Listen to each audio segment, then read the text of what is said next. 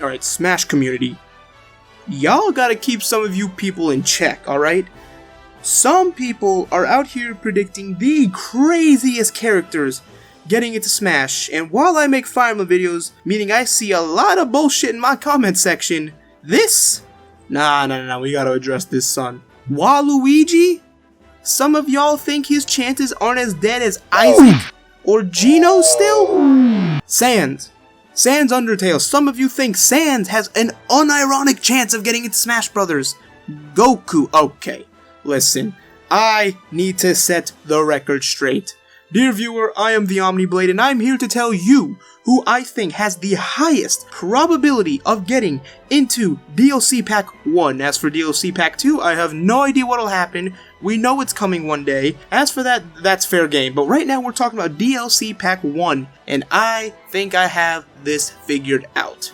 Now before we get into the other picks, let's talk about the first fighter introduced in DLC Pack 1, and that is Joker. Honestly, Joker is my most hype reveal for Smash Ultimate so far. When they released all the other newcomers for Ultimate, I was not hyped. I mean, it's great that we have K. Rool, Ridley looks really cool, but nothing really got me the way Joker did, and that's because I am a JRPG fiend. And unfortunately, I fall into the camp of people that have not played Persona 5 yet, not by choice, however. I just didn't have a PS4 until recently when they released that fantastic steal of a bundle that came with Spider-Man 2? Now that I had to go get. Alright, listen, I'm a college student. I don't just have mommy and daddy paying all my tuition. Nah, a good chunk of that comes out of my pocket, and I could not afford a PS4 because I was a fucking idiot who spent way too much money on Fire Emblem Heroes since my life had no meaning at the time. But we're past that point, and hopefully by the time you're watching this video, I'm having a blast in one of Persona 5's dungeons because I absolutely love Persona 3, I absolutely love Persona 4, and those two games are some of my favorite of all time. So hearing all the praise about Persona 5, Xenoblade Chronicles might have some competition for my favorite game.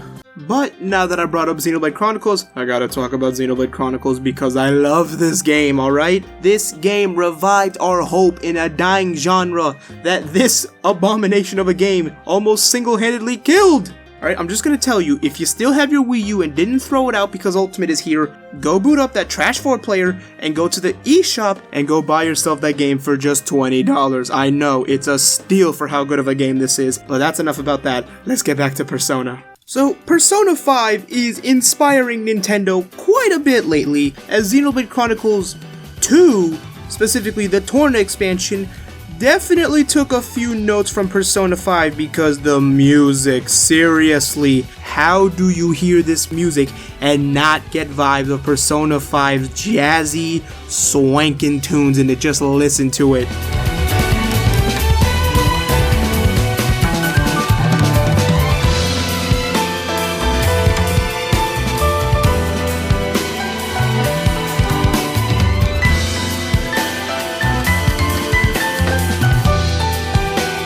For those of you that don't froth at the mouth when you see a JRPG like I do, I don't think I need to spend much time talking about how Sakurai has gone on record saying he was impressed by Persona 5's UI and how you can clearly see subtle influences in Ultimate. But what I'm gonna say is, I don't think this is the last time Persona 5 is gonna influence Nintendo. I mean, hell, the game's gonna get ported eventually, mark my words, alright? That port is happening one way or another, and I pray that you give us Persona 3 FES and Persona 4 Golden while you're at it.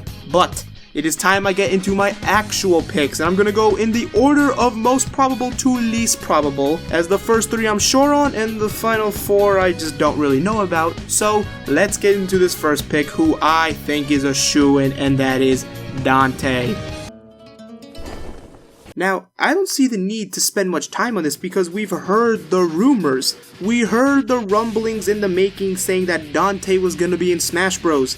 And if there's one thing I've learned, it's that Smashers are fucking idiots, seriously, who actually believe the Grinch leak with certainty. Isaac, Geno, Chorus Kids, come on people. If you couldn't tell you were being had, I just don't know what to tell you. Because after that leak, everyone came out of the woodwork saying, yeah, we heard about Incineroar for ages, and guess who was in the game? That was Mother, Father, Incineroar, okay? So when I hear the rumors about Dante, I believe it because Nintendo needs to hire Mario to go fix the plumbing over there because they sure got a lot of leaks, alright?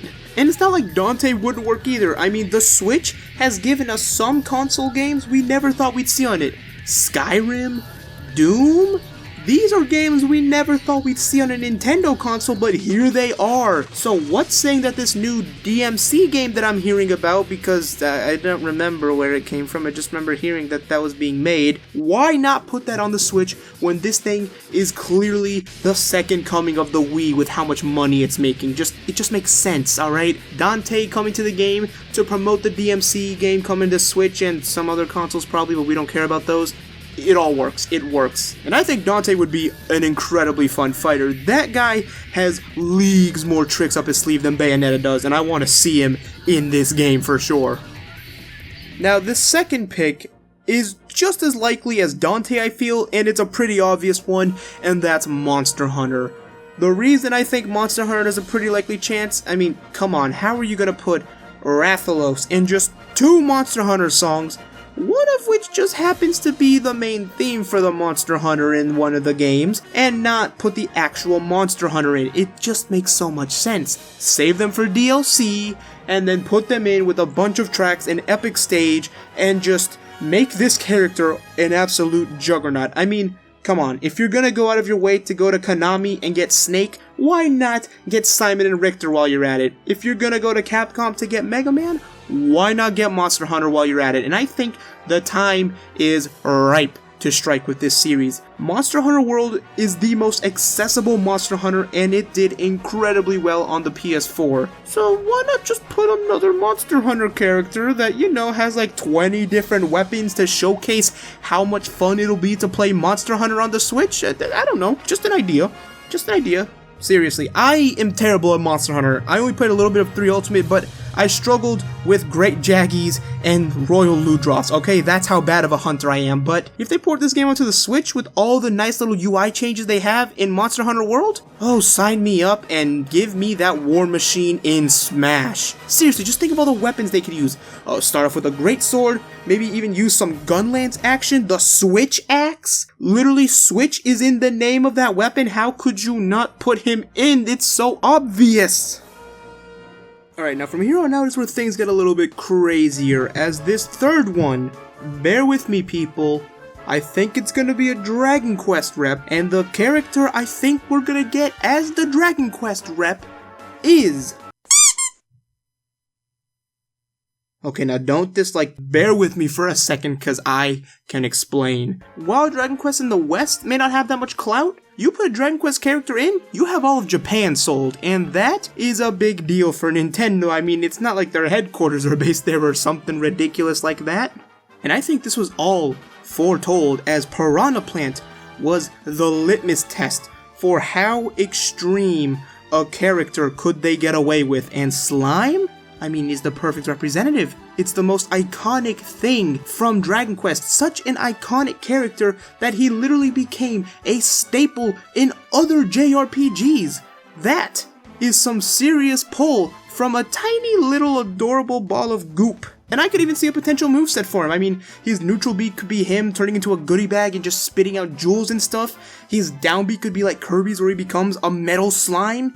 He could become a slime stack to recover and then use his other slimes to jump off of. It works. I feel like there's an actual moveset that could be there. Now, if they didn't want to go with the whole it's a fucking slime idea, then I see 2 other characters that have some serious potential, and that would be the original Dragon Quest protagonist in Erdrick, or they could go with Jade from Dragon Quest XI, since that was the first Switch game to be announced and we still don't have it yet. You could go play it on PS4. I'm holding out for that Dragon Quest Special Edition though, because I feel it might have something better. I don't know, I just really want to play Dragon Quest. Seriously, Dragon Quest 9, why does no one remember that game? It was like one of the most praised games when it came out and just fell off the face of the earth. Why does no one talk about that? Seriously. Also, Pokemon Mystery Dungeon.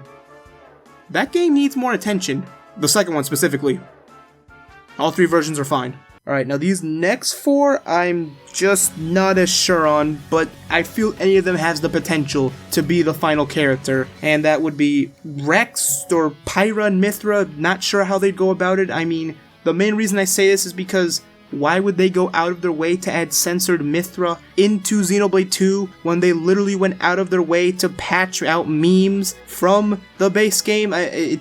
Why? Is this the Illuminati symbol that shows that Mithra is going to be in Smash? Maybe. The second one, I say, is Edelgard, because it's Fire Emblem and it's waifus. Alright, this is 2018. Nintendo knows that waifus sell, and they know especially that Fire Emblem waifus sell very well. I mean, look at Fire Emblem Heroes. That game alone, I'm sure, has given Nintendo like 1% of the billions of dollars of their net worth, okay? It would not be a bad idea to put her in. As for my third idea, I'm gonna go with Banjo, even though I think he's the least likely, if only because we know the N64 Classic is a thing.